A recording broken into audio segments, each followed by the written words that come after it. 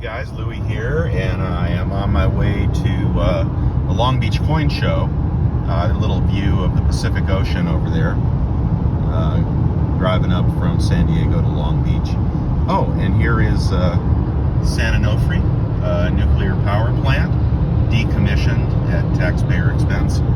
Didn't exactly expect to get that in the shot, but yeah, there it is. All right, so we're headed up to Long Beach. I'm going to see what the coin show is all about. I'm going with a friend of mine who is looking to sell some gold, and I am going with $2,000 and an ounce of gold in my pocket to see what kind of trouble I can get into. I like the GSR up here in the high 70s, so I will be continuing to trade gold for silver if I can achieve a GSR in the high 70s. All right, and whatever else they've got, maybe some vintage ingots or who knows what. So let's go check it out. Man, it's a long drive though.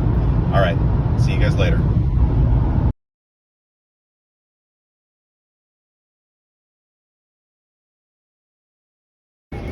This is a $5 million coin, 1794, flowing hair.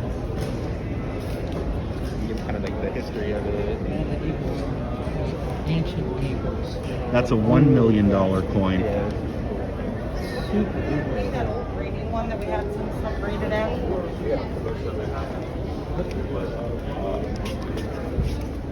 Oh, thank you. Some modern gold, starting at 1800. I'll get right on that. Oh, look at the old banknotes. You gotta love these. Transfer money from the 401k, okay? Oh man, love the old currency.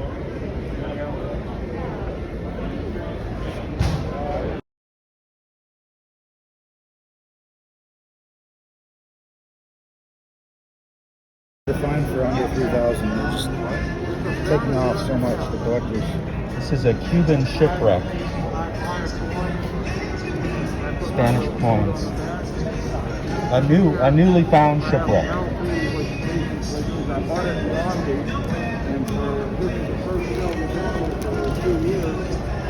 I am coming home from the coin show. I thought I would take a moment and record my video while I'm stuck in Los Angeles traffic. Can you believe that on a Saturday? This is the freeway. Anyway, headed on home, and yeah, the coin show, wow, it was really a gas. It was a big coin show, lots and lots of vendors there. In a minute, I'm going to show you a picture of, what was it, a $5 million coin from 1794. I mean, it's funny, I'm talking a lot about the 1792 Coinage Act, and I walk through the door, and the very first thing I see is the very first coin produced after the Coinage Act was declared. So that was very cool. Yeah, just surprisingly expensive coin.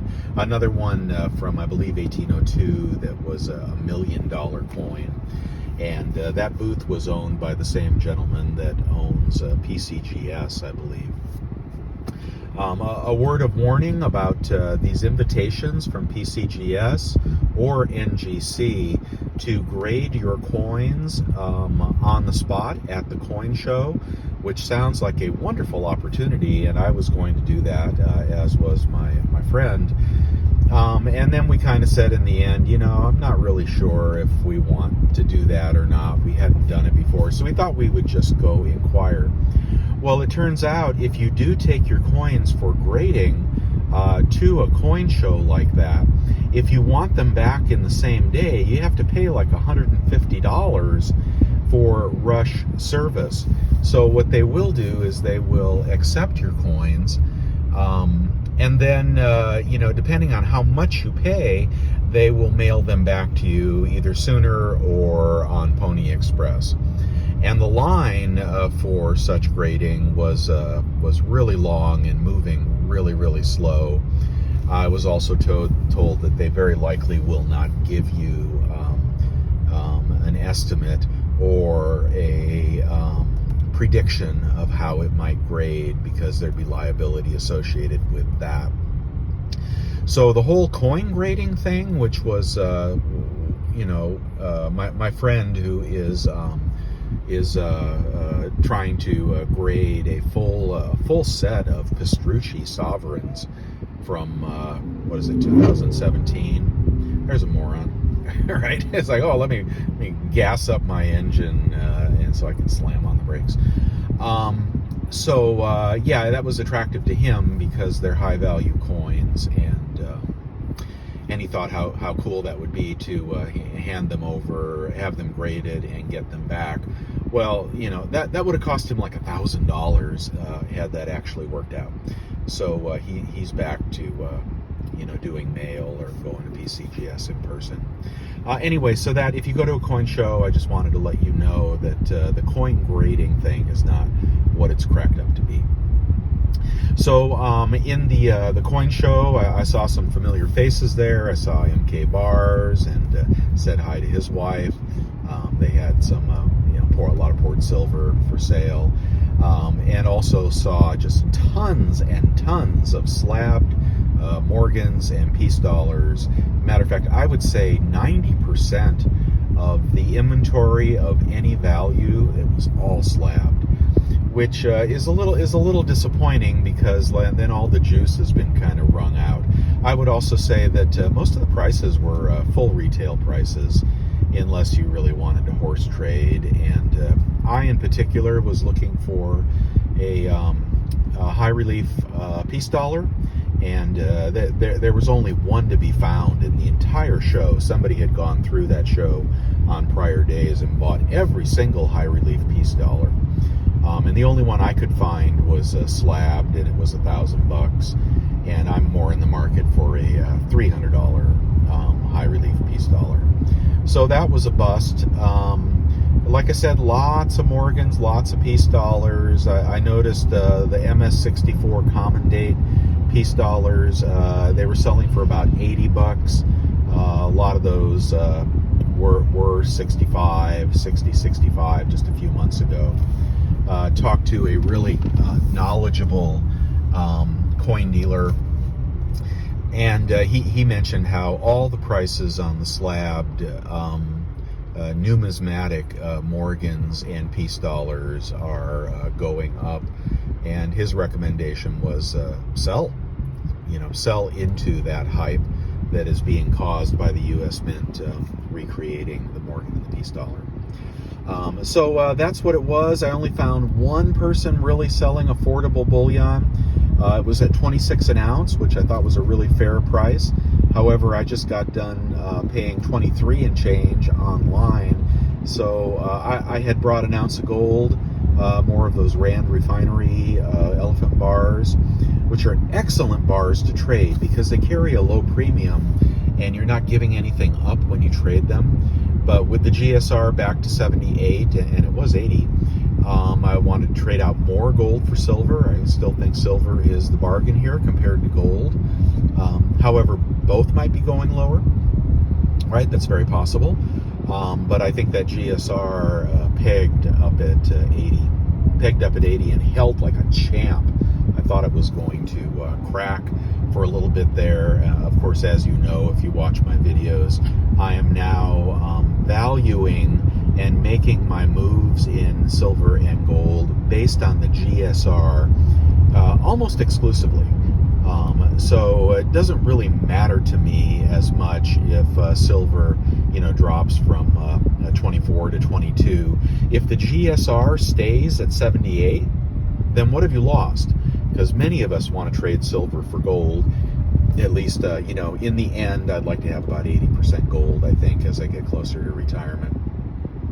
So if the GSR stays at 78, even if gold goes to $16.50 and silver goes to $20 or whatever the equivalent to 78 is, you're still getting your gold, right?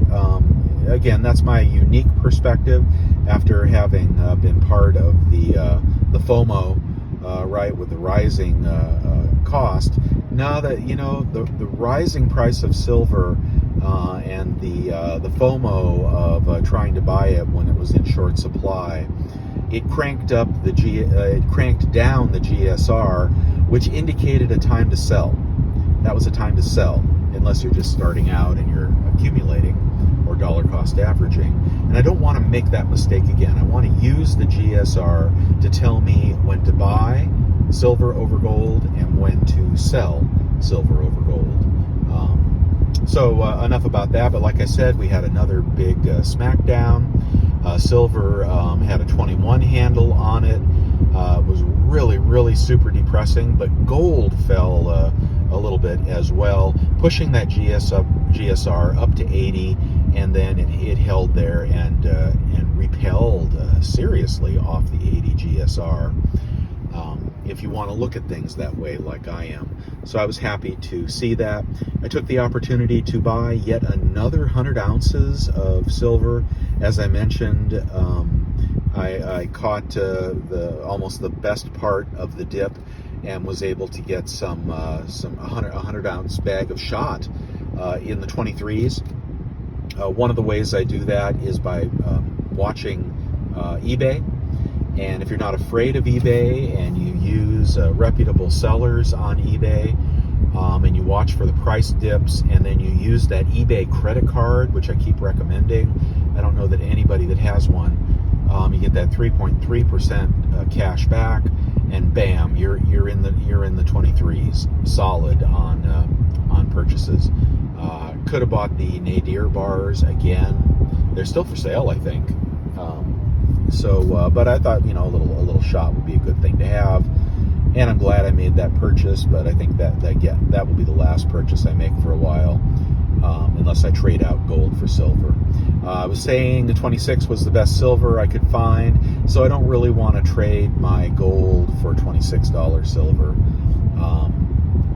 I could probably, find someone who'd want to buy it, for cash, and just trade out to that 23 number online. Let's see. We saw plenty of silver, plenty of gold. We saw pre-33 gold eagles for $1,800. Double eagles for $1,800. Some were cleaned, but some were just AU. So that was pretty good.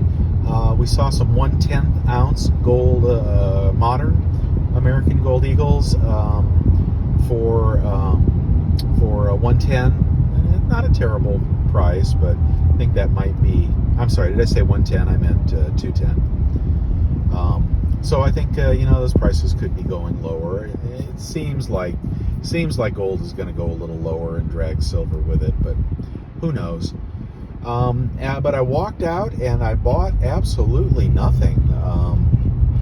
Lots of high value graded coins, but I think that really wasn't what I was looking for, except for those high relief piece dollars, which I couldn't find. Plenty of Morgans, and then a lot of repeat inventory. Talked to a couple dealers about the new design of the Type 2 Eagle, and people didn't have much to say about that. They weren't really reacting very much. What else? Oh yeah, we found this really cool booth, and they were selling shipwreck silver. Apparently there was a Spanish shipwreck off the coast of Cuba, which was discovered a year or two ago. I didn't get very much press, so we talked to that gentleman for a while, and we saw those coins. They were pretty interesting. I mean, he was asking $1,000 for a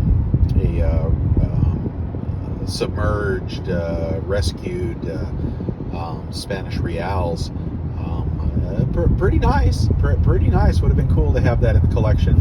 He thought those would be an appreciating asset. I don't know that much about shipwreck silver though, so I can't say. And a whole bunch of nice people. We did have to wear our mask the whole time, and they wouldn't let us in unless we produced a vaccination card, or a negative COVID test, which fortunately we were able to produce. And then everybody had to wear their mask the entire time, because that was LA County. All right, that's about it. Took a couple of videos, but they had a no camera policy, and it was we had a lot of great conversations, but I just could not capture them on tape comfortably. All right, guys, that's all I want to tell you. Thank you. Those of you that bought my silver yesterday, I'll put the link there again. There's a few pieces remaining if anyone is interested on those custom pours by yours truly. And glad to be here at the weekend, and really happy to get to go to that coin show with a good friend of mine. And well, we'll see what next week brings. I don't know, higher, lower, who knows? Boy, you can't tell anymore. All right, guys, let me know your thoughts. Thanks, everybody.